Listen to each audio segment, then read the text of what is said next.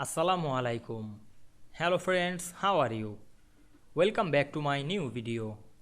In this video, I am going to show you how to add trig identity equation in Microsoft Word example. Let's get started. Firstly, we have to open our Word document. Now we want to add trig identity equation in this document. Go to the insert menu, then click the equation drop down menu and find the trig identity equation.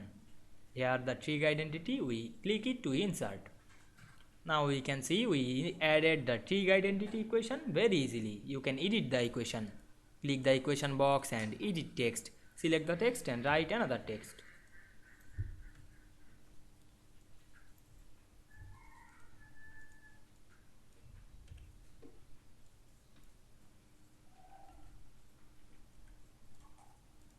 Otherwise, you can add more equation. Click the equation box and go to the design menu.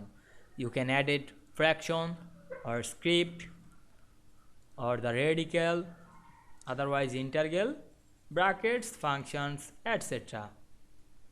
I hope you understand this process. Please like, comment, share and subscribe my channel. Thanks for watching.